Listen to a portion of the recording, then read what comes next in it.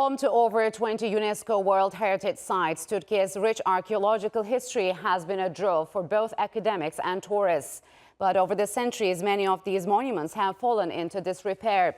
One bathhouse in the heart of Istanbul's old city is hoping to set an example of how ancient sites can have a place in our modern lives. Nili Kozat tells us more.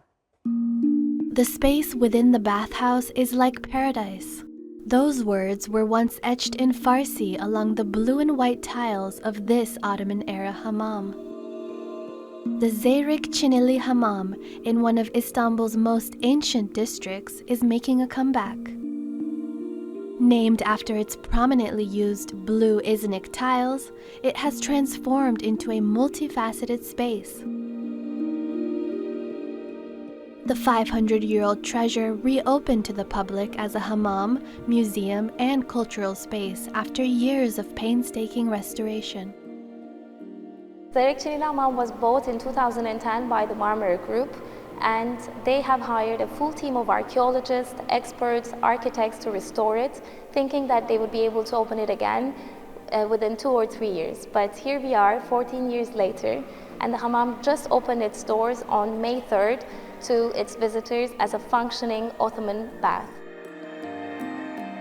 Bathhouses or hammams have deep roots in the Islamic world, where cleansing oneself, body and soul, is an integral part of hygiene and purification.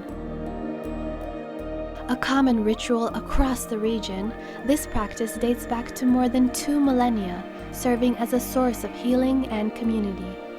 Hammam served such an important role in community, in social life for both men and women. It was a place of gathering, it was a place of freedom, and it was a place where everyone could go regardless of their ethnicity or their social background. It was a place to be together, and it was a place where social identities were hung at the door. Our aim today is to bring back this notion of community around this magnificent architectural masterpiece. During the restoration process, many artifacts dating back all the way to the 5th century were excavated, all of which were surprise findings. This includes the discovery of over 3,000 fragments of tiles beneath the hammam, where each piece has both a unique design and a unique story to tell. Today, the same fragments are being displayed in the complex's museum, adjacent to the bathhouse, for both locals and tourists to enjoy. The Zeyrik Hammam is just one of many historical sites that has experienced a complete makeover in recent years, as the country aims to focus more on restoration projects. As one of Istanbul's numerous UNESCO heritage sites, its round domes stand as an impressive cultural asset, drawing crowds from across the world. Both history lovers and hammam lovers are thrilled with the revival of this 500-year-old cultural oasis. Its complete makeover as a multifaceted bathhouse has redefined what community means in modern terms. And many hope that similar historical sites can be preserved and protected so that Istanbul's glorious past can come to life once again. Nili Kozad, Strait Talk. And joining me now from Ankara is Thomas Zimmermann. He is an associate professor at Bilkent University. Thomas, thank you very much for joining me on Strait Talk. So Turkey, home to many ancient civilizations, has vast archaeological sites spanning all across the country.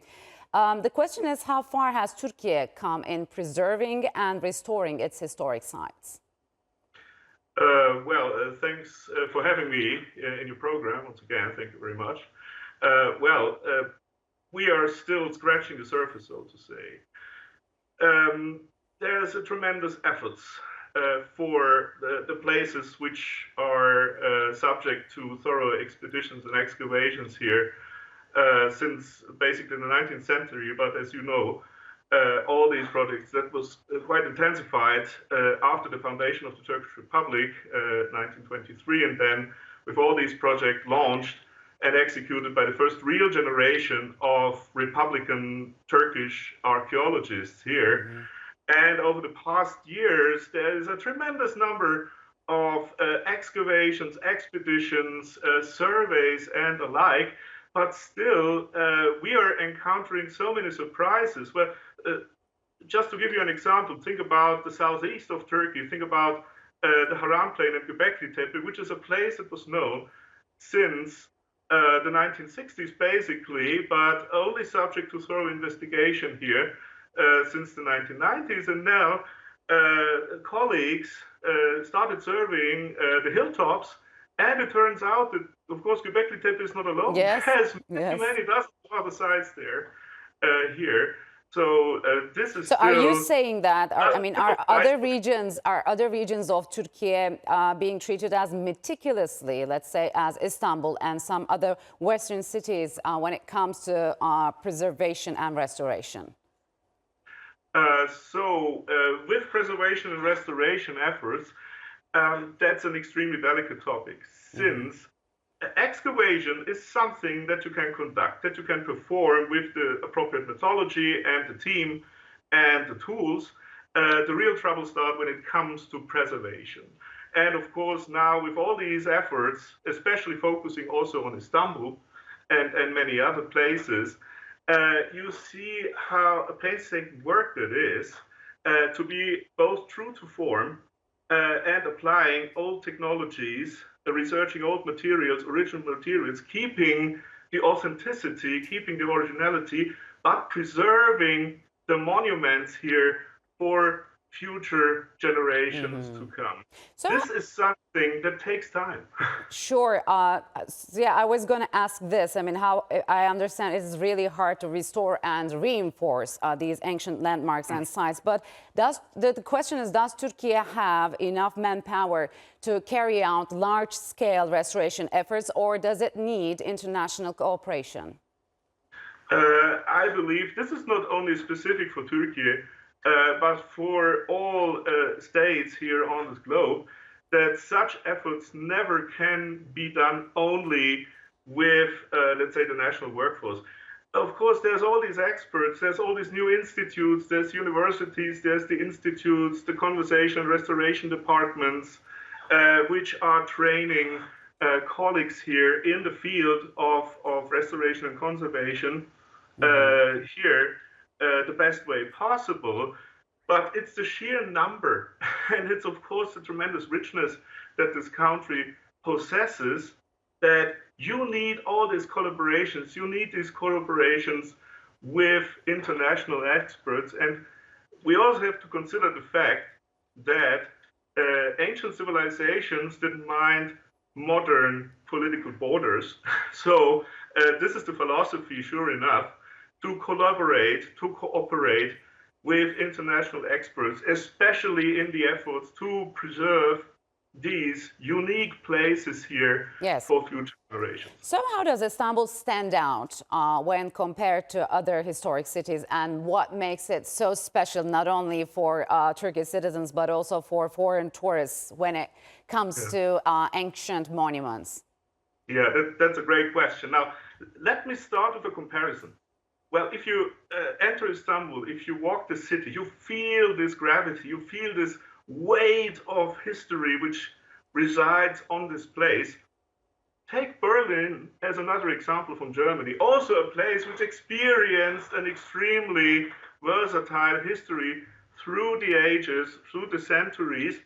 But Istanbul stands out because it's basically reflecting the drama of human history here in a nutshell. And there's so many ethnicities, so many communities which associate themselves with this place, with the history, with the deep history of this place, stretching very well into modern times, as you know. And of course, most importantly, different than other iconic European capitals, European historical cities, Istanbul never suffered the destruction of the world wars of the 20th century. So the historical substance is there. It's not bombed to pieces, and that's unique. Overall, what's the general strategy and philosophy behind these restoration efforts? Is it only about creating an awareness for next generations or something else? Well, one has to state here that restoration and conservation is not necessarily limited to popularizing monuments. That's an important aspect for sure, and that's what Turkey and many other states are striving for. But it's the actual process of research, and during this restoration process, we are confronted with so many new aspects that we weren't aware of. Chemical compositions, colors, pigments that were used here for decorating the buildings and the like. So it's a much more versatile process than only the actual preservation and presentation of the monuments, which comes at the very end. But it's the process of research on these monuments themselves. All right, Thomas, unfortunately, we'll have to leave it here. Thank you very much for joining me on Strait Talk.